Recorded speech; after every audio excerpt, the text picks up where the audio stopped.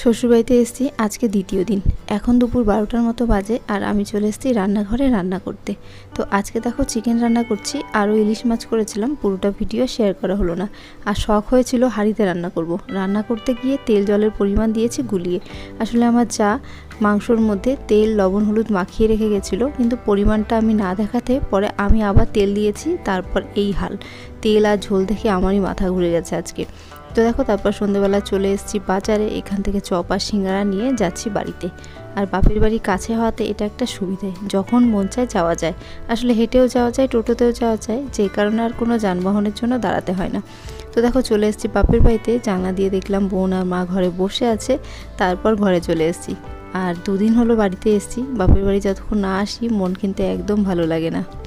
এখন বাজে সন্ধ্যে 6:30, শ্বশুরবাড়ি থেকে বাপের বাড়ি চলে আসলাম।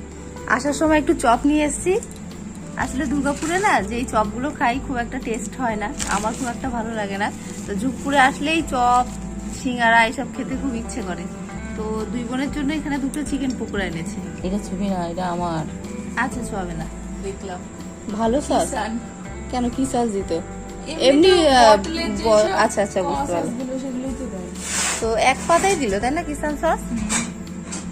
মা হচ্ছে চিকেনের কোনো কিছু খায় না, তো মার জন্য এনেছি সিঙ্গারা আরও একটা প্লেট। মা চিকেনের কোনো কিছু খাবে না, আর কালকে যেহেতু রাধা অষ্টমী গেল, তো সেই কারণে আজকেও নিরামিষ খাচ্ছে। হবে এইটুকু সসে? ঘরে আছে টমেটো সস? হ্যাঁ, ঘরে তো একটা বড় ভালোই। আমাদের যুগপুরে কিন্তু যে কোনো চপ সিঙ্গারা পকোড়া বেশ ভালো বানায়। হ্যাঁ ভালো বানায় যুগপুর, কেন এইদিকে এই দিকটাতেই ভালো বানায়, কিন্তু কিছু কিছু জায়গায় চপ সিঙ্গারা দেখতে সুন্দর হয়, খাবারের কোনো টেস্ট আসে না। তো এখানে এনেছি চপ আর সিঙ্গারা। আরো সিঙ্গারা ছিল তো, আছে আমারটা আলাদা। তুমি আলাদা এখানে চলে কিছু হবে না। মার জন্য চপ আর সিঙ্গারা, আর এই দুটো চিকেন পকোড়া আমার দুই বোনের জন্য, আর আমি চপ খাবো। বাহ, লাইটের ফ্ল্যাশ দেওয়াতে কত সুন্দর লাগে।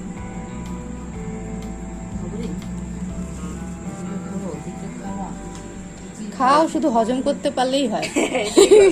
খাওয়ার থেকে বড় সমস্যা আছে হজম করা।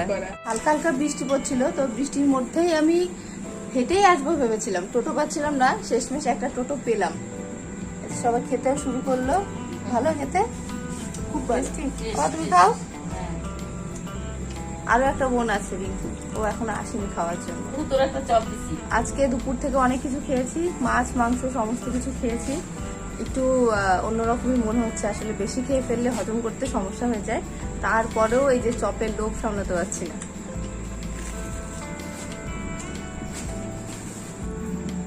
আর প্লেট কার জন্য? রিঙ্কুর জন্য। ও এসেই খাবে, থাক না। টেস্টি।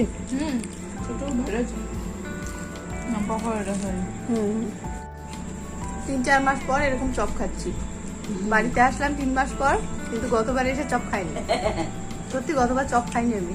এখানে আসলে আমার চপ সিঙ্গারা ফুচকা মোমো যত খাবার থাকে তত খাবার লোভ হয়, মানে যুগপুরে পা দেওয়ার সঙ্গে সঙ্গে মানে খাবারের প্রতি লোভ বেড়ে যায়। সম্পাদি বলছিল ক্যামেরায় আমার আসতেই হবে, ক্যামেরা অন করলে আমার ক্যামেরার সামনে আসতেই হবে। এবার খা খা, আর ঢক করতে হবে না। ক্রিম মাখাতে অনেক কাজ হয়েছে, মানে ডটন ক্রিম না, ওটা ল্যাকমি। ল্যাকমি ওটা গীতা মার দেখ।